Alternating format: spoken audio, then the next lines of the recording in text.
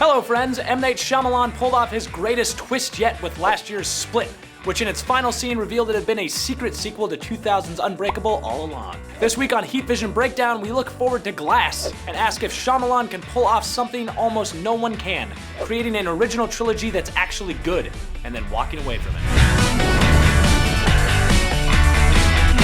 It's hard to imagine, but back when M. Night Shyamalan released Unbreakable in 2000, it was received with muted response and box office, particularly after the hysteria he'd caused just a year earlier with another Bruce Willis vehicle, The Sixth Sense. Shyamalan's cerebral deconstruction of the superhero genre starred Willis as a man who discovers he may have superpowers, and Samuel L. Jackson as a comic book obsessed man who knows he's destined to be a villain.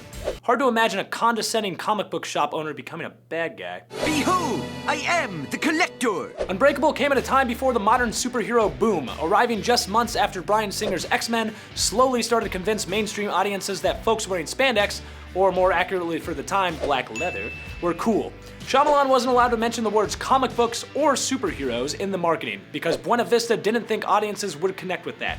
And when the film came out, he was deflated. But over the years, superheroes have become the biggest thing in the world, save maybe Fortnite, bird scooters, and that cool backpack kid dance. Nailed it.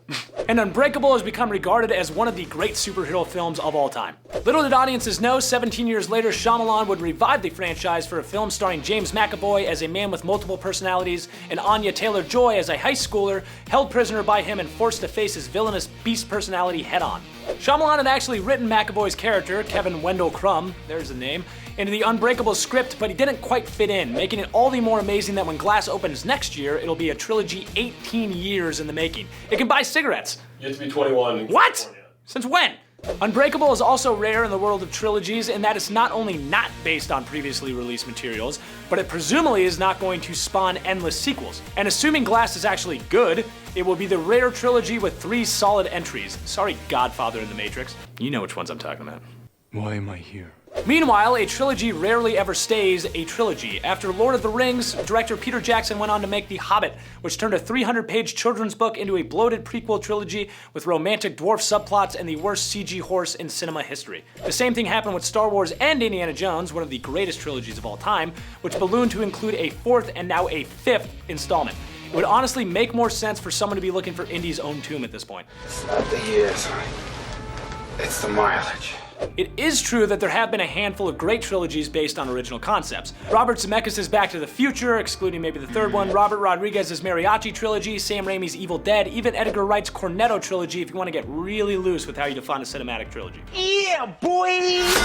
Though it's done with wildly different subject matter from Shyamalan's Unbreakable movies, Richard Linklater's Before films might be the closest analog, as 1995's Before Sunrise seemed like quite an unlikely candidate to spark a franchise.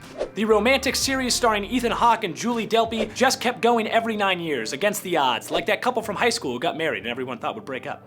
Glass also defies the odds by being a rare partnership between 2 studios. Disney owns the rights to Unbreakable, while Universal owns the rights to Split, and the 2 agreed to partner for this venture, seemingly making it less likely this universe will continue beyond Glass.